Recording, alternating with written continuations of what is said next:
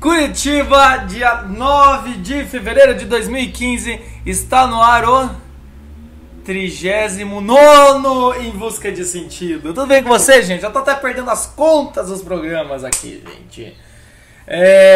Como vocês estão? Ouviram o programa passado? Não ouviram? Vão na fanpage. Mas Jota, por que você está fazendo propaganda do programa passado? O programa passado, gente, foi especial e muita gente gostou, viu? Inclusive eu. Inclusive o Chico. Por quê? Porque o Chico estava comigo, tomando uma bela de uma cerveja, já estava na quarta, quinta, e gravamos o programa Em Busca de Sentido. Os náufragos encontram sentido, ou então Em Busca de Sentido encontra os náufragos, que seja. Se você não sabe do que eu estou dizendo, vai lá na fanpage. Fanpage é facebook.com/, Em Busca de Sentido Rádio Vox.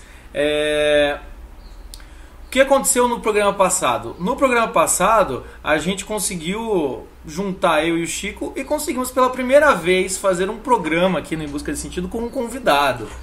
E olha, gente, eu vou dizer que gosto muito de fazer o programa, mas com convidados fica melhor ainda, né? O programa aí teve quase 1 hora e a coisa se estendeu e foi muito divertido. Então, se você quiser saber como foi, vai lá na fanpage e procura o programa, tá bom?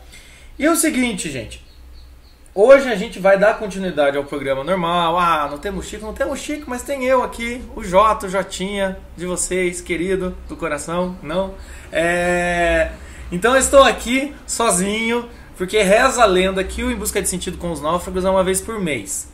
Como fez um sucesso grande no programa passado, acredito que, mas não estou prometendo, acredito que vai ter mais de uma vez por mês, hein? Daqui a pouco o Chico rouba o meu programa. Não vou permitir. Mas acontece que vamos tentar fazer com mais frequência, porque foi muito legal. Eu achei que ia ser de uma maneira, eu achei que ia ser...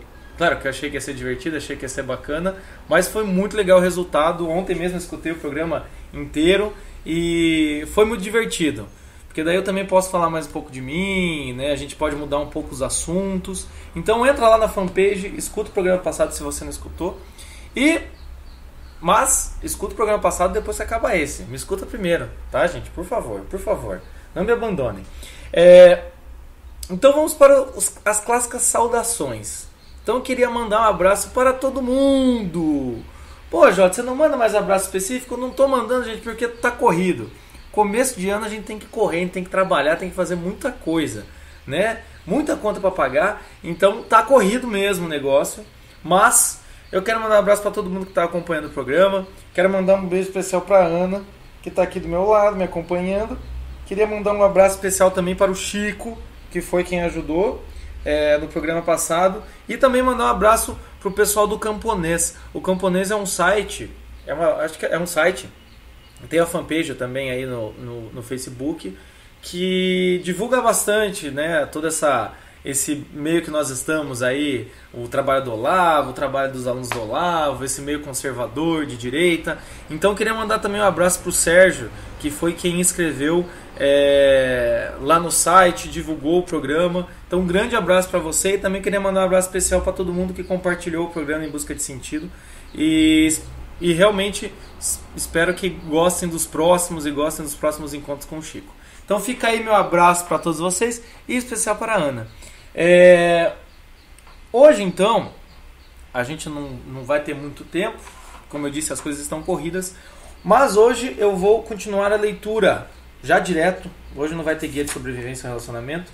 Eu vou continuar a leitura do livro do Viktor Frankl, porque o trecho que eu vou ler agora é muito interessante, gente, tá? É um trecho que começa já umas reflexões mais interessantes do Viktor Frankl, e a gente vai poder conversar bastante sobre isso. Então pega aí seu livro na página 24. Na página 24, o livro Em Busca de Sentido, para que a gente possa dar continuidade ao que a gente estava conversando no programa 37. Então vamos lá, gente. O capítulo que eu vou ler aqui chama Desinfecção, tá bom? Então segue comigo aí, pessoal. O que, antes de eu começar a ler, vamos fazer só uma introduçãozinha. O que o Viktor Frankl falou e que eu li há 2 semanas atrás foi que o Viktor Frankl, ele teve a primeira seleção, que foi quando ele chegou no campo de concentração. Colocaram todo mundo em fila na frente de um general da SS, um superior da SS, e o superior ficavam fazendo movimentos para a direita e para a esquerda.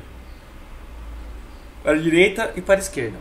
E depois que o Viktor Frankl foi para um dos dois lados, que não lembro qual, ele descobriu que quem ia para a esquerda eram as pessoas que iam direto para a cremação, né? Então assim, e ele foi para quem ia para a esquerda ia direto para a cremação, e ele foi para a direita, ou seja, já no capítulo que eu li atrás, ele falou que assim que chegou no primeiro dia já teve essa primeira seleção, né? E depois disso ele foi encaminhado para um lugar onde realmente tinha banho, né? Porque as pessoas que foram mortas por cremação, as pessoas foram direto para um lugar onde falaram que ia ser banho, mas na verdade elas foram mortas. E o Viktor Frankl foi para um lugar que falaram que era banho e realmente era banho, tá? Então estamos nesse ponto em que o Viktor Frankl descobre que as outras pessoas que foram para o outro lado morreram todas e que ele, de certa forma, foi salvo. Mas vamos seguir aí o que aconteceu. Ficamos esperando agora num galpão que forma a antessala da desinfecção. A SS vem com cobertores sobre os quais devem ser jogadas as postas pessoais. Todos os alimentos enlatados, todos os relógios e todas as joias devem ser jogados ali. Para a diversão dos prisioneiros antigos que colaboram, ainda há entre nós alguns ingênuos que se arriscam a perguntar se não se poderia ficar ao menos com uma aliança, um medalhão, um talismã ou uma lembrança. Ninguém aqui consegue acreditar que de fato tiram literalmente tudo da gente. Procuro conquistar a confiança de um dos prisioneiros antigos. Aproximo-me dele com cuidado, mostro um rolo de papel no bolso interno da minha capa e digo: olha aqui, tenho comigo um manuscrito científico a ser publicado. Já sei o que vai dizer, já sei. Escapar com vida, salvar a vida nua e crua é tudo. É o máximo que se pode pedir do destino. Mas eu não posso largar isso. Eu tenho essa mania de grandeza e quero mais. Quero ficar com esse manuscrito, preservá-lo de alguma forma. Ele contém a obra da minha vida, compreendes? Ele começa a entender, sim, começa a sorrir com todo o rosto. Primeiro compassivo, depois como se fosse divertido, ficar de olhar zombeteiro e gozador, até botar uma careta e gritar comigo, liquidando a minha pergunta com uma única palavra. Aquela palavra que desde então sempre ouviria como a mais usada no vocabulário do prisioneiro do campo de concentração. Merda. Aí percebo em que pé estão as coisas. Faço aquilo que representa o ápice de toda essa primeira fase de reações psicológicas. Dou por encerrada toda a minha vida até ali. Vou repetir essa última frase. Aí percebo em que pé estão as coisas. Faço aquilo que representa o ápice de toda essa primeira fase de reações psicológicas. Dou por encerrada toda a minha vida até ali. Dá uma pausa aqui, gente. Então percebe que o Viktor Frankl chega com o manuscrito, tinha que entregar tudo. Ele chega para um dos prisioneiros mais antigos. O prisioneiro mais antigo aqui, que ele está narrando, é o chamado capo. O que é um capo? O capo é um prisioneiro judeu que foi cooptado pelos nazistas a ajudar os nazistas. Então esse prisioneiro continua sendo prisioneiro, mas ganha algumas regalias, mas tem que servir de certa forma como cão de guarda dos nazistas. Então o que acontece?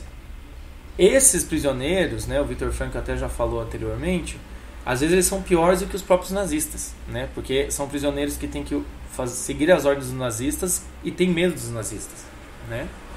Então o que acontece? O Viktor Frankl vai conversar com um desses caras, tentando guardar um manuscrito de uma obra dele. Eis que esse cara grita na cara dele, fala merda na cara dele e faz ele jogar fora o manuscrito. E daí o Viktor Frankl percebe que ele dá por encerrada toda a minha vida até ali. Ele dá por encerrada toda a vida dele até ali. Isso me faz lembrar, e talvez eu vou falar isso no programa que vem, o livro do Nicolau Steinhardt, O Diário da Felicidade. O Nicolai Steinhardt foi um sujeito que ele era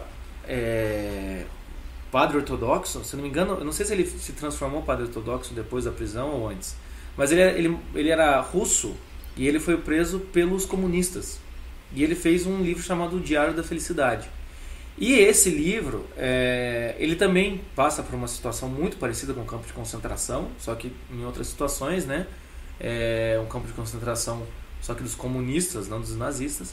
E ele coloca, no início já do livro, ele fala que tem 3 formas de sobreviver a uma situação dessa. A primeira forma é você tentar resistir a tudo aquilo, tentar ir contra as ordens que te dão, falar, né, fazer uma resistência mesmo. Vocês falam que se você não fizer tal coisa você vai apanhar, você prefere apanhar do que isso, né? Fazer uma postura de Marte. A segunda postura é você ser um clandestino, ou seja, você tentar aos poucos ir se vendendo para eles, né? Ou seja, você está lá mais ou menos como se tornar um capo. Você é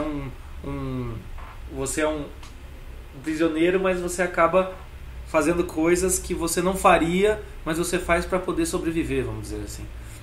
E a terceira coisa que o Steinhardt fala é você dar por certa que sua vida acabou. E a partir dali, aguentar da melhor maneira possível a situação.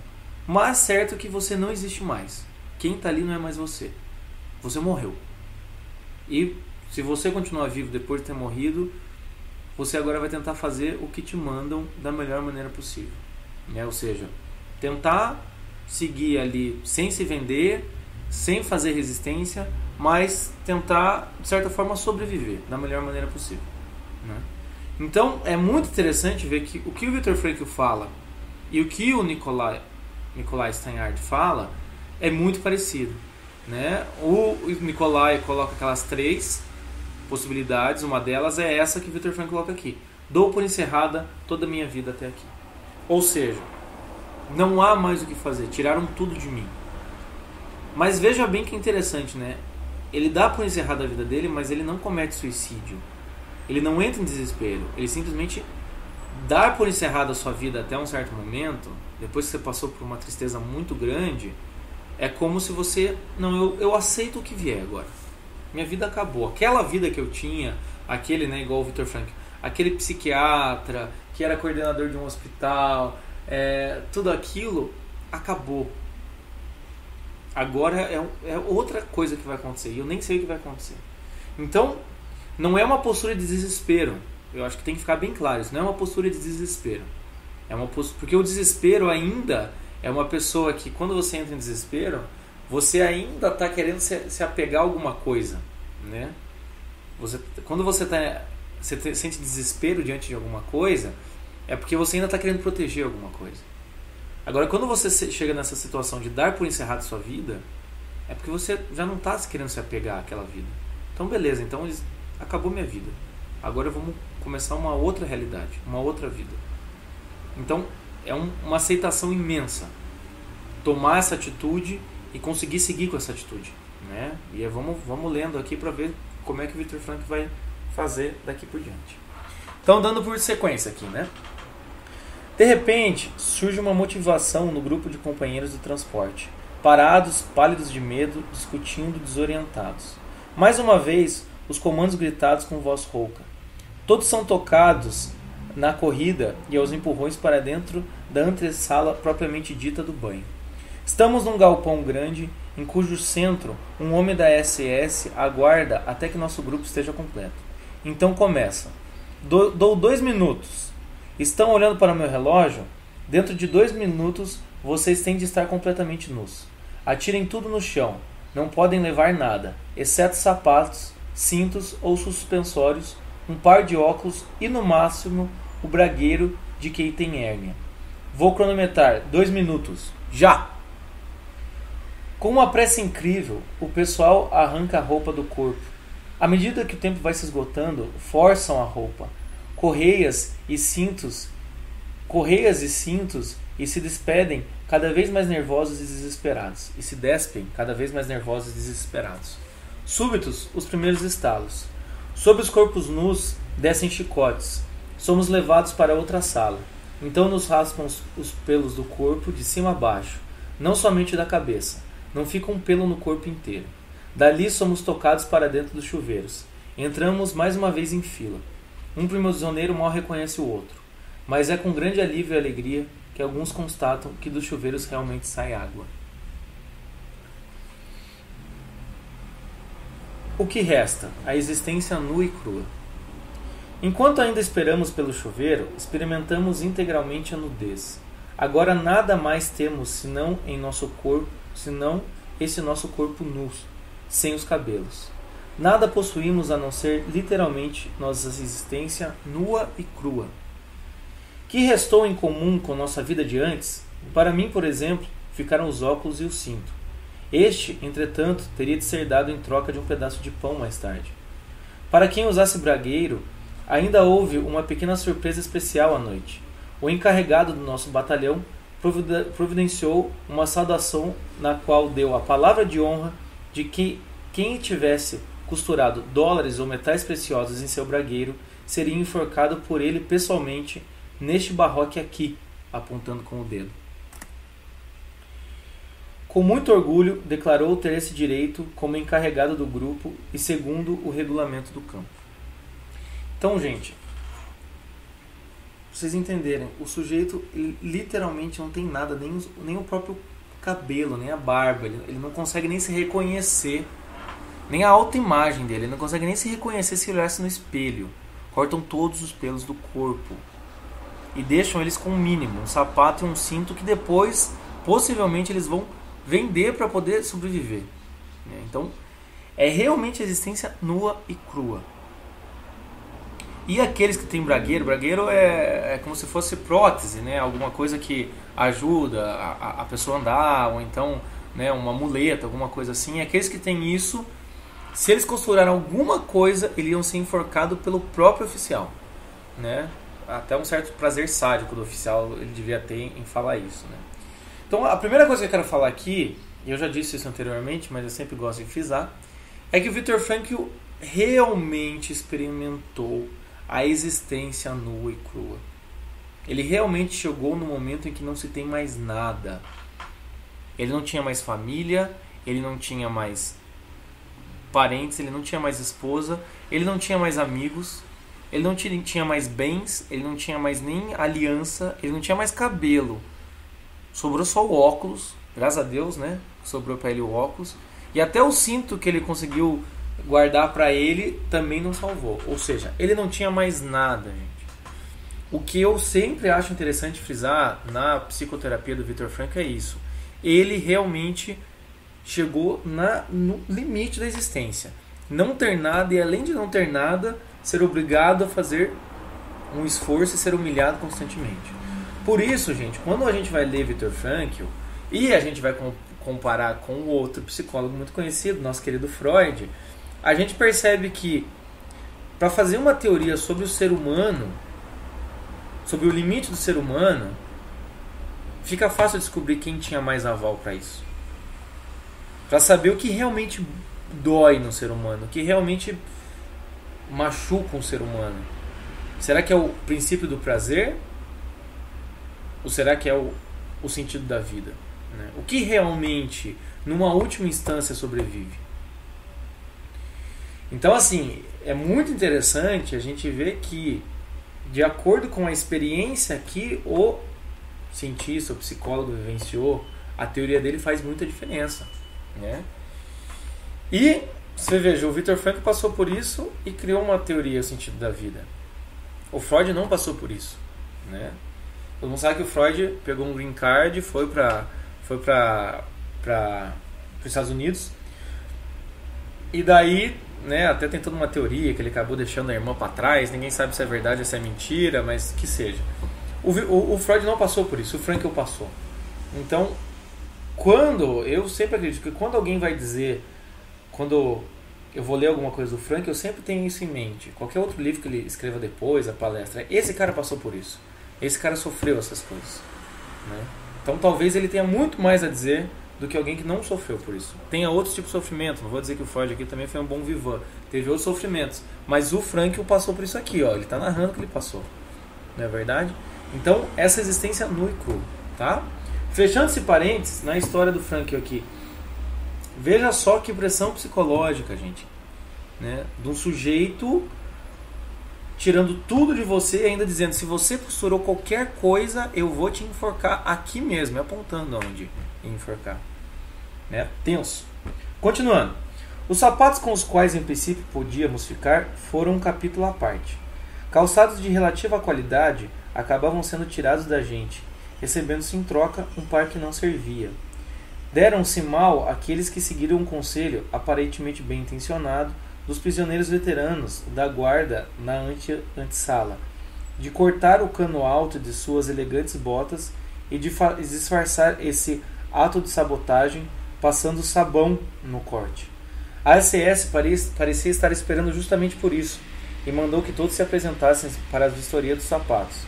Quem entrasse em suspeita de ter cortado o cano de sua bota era obrigado a entrar num pequeno quarto contíguo.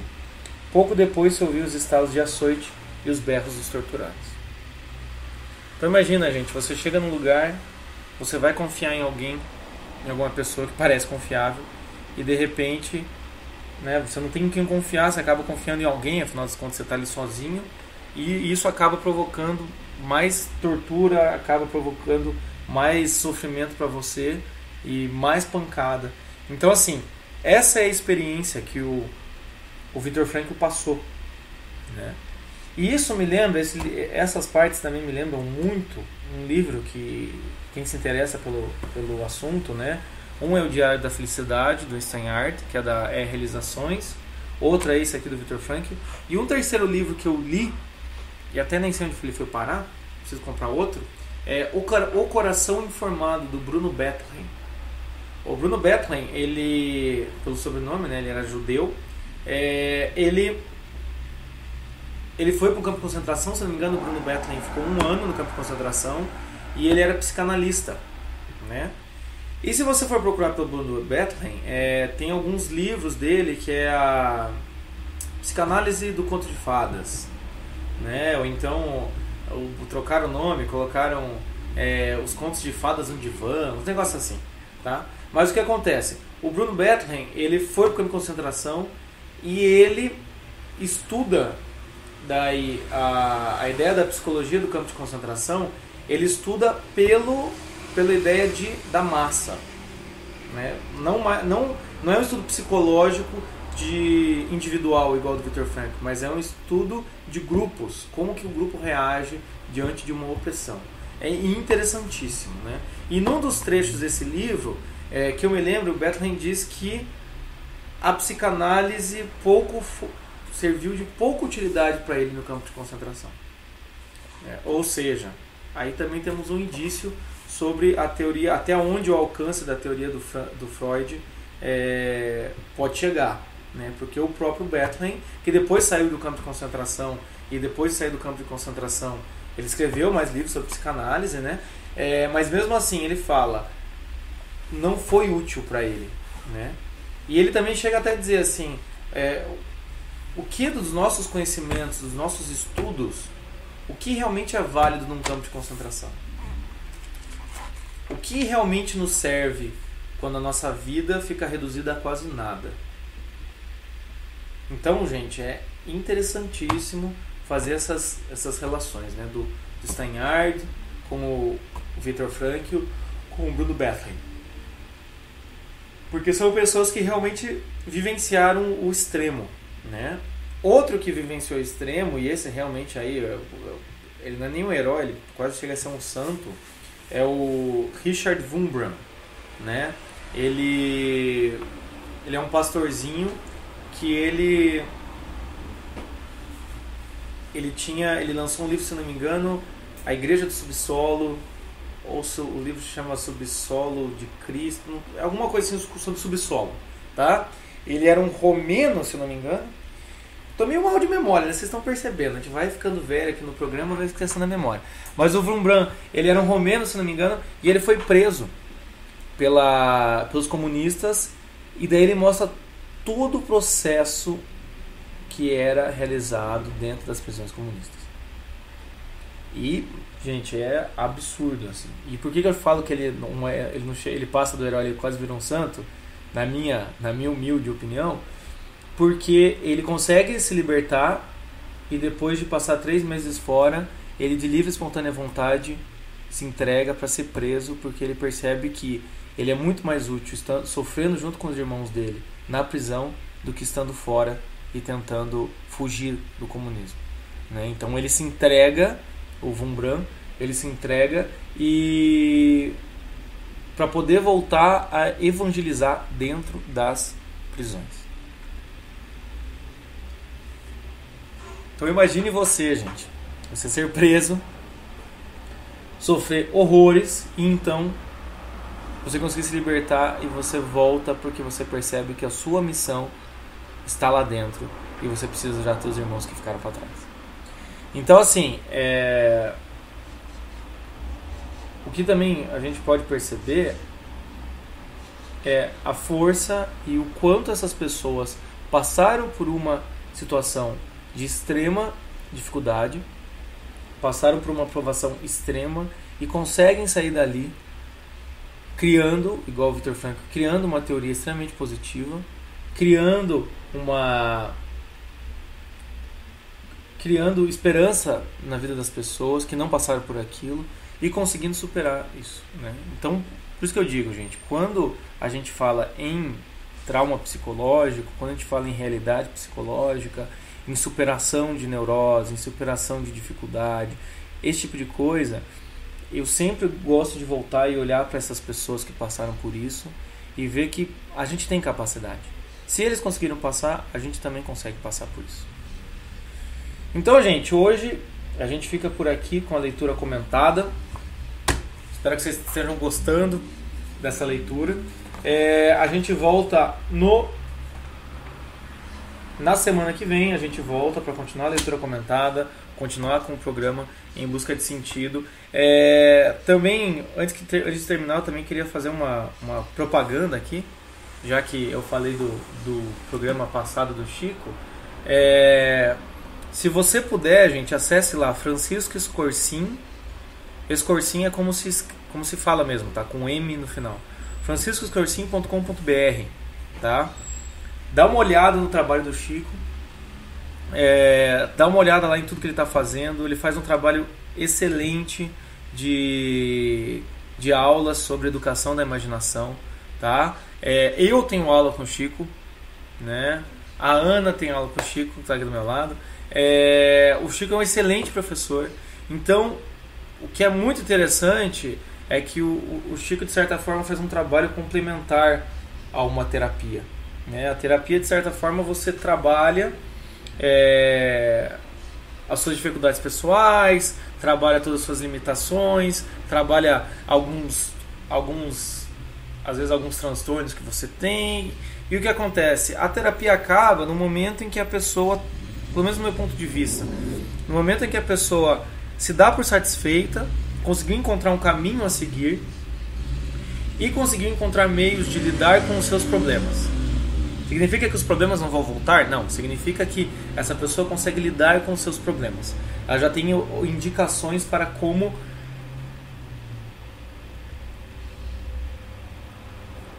resolver os seus problemas. Então, o que acontece? Muitas vezes, algumas pessoas fazem terapia e ela termina. Chega uma hora que termina, né? Já discutiu suficientemente bem os problemas, né?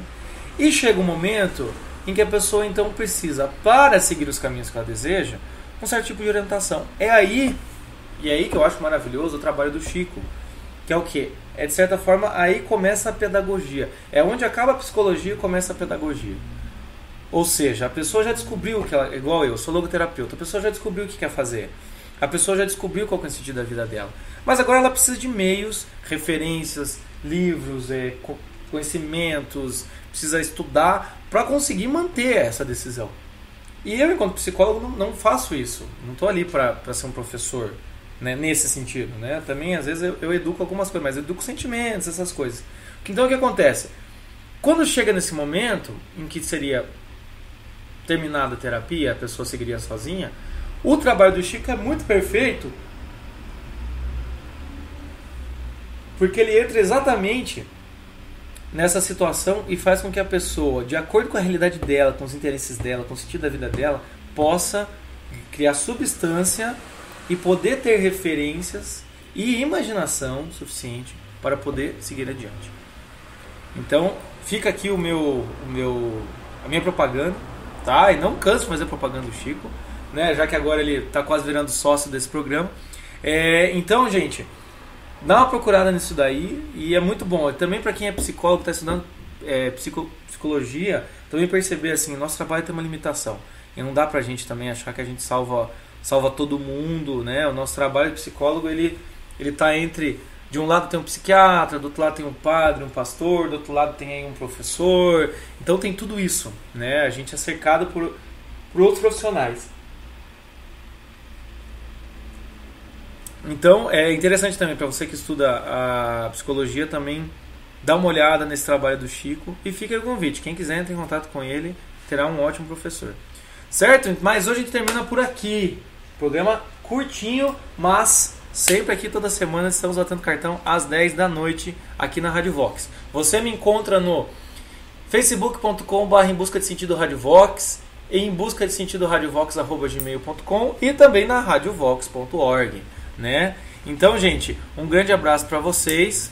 Fiquem com Deus e até a próxima semana. Tchau, tchau.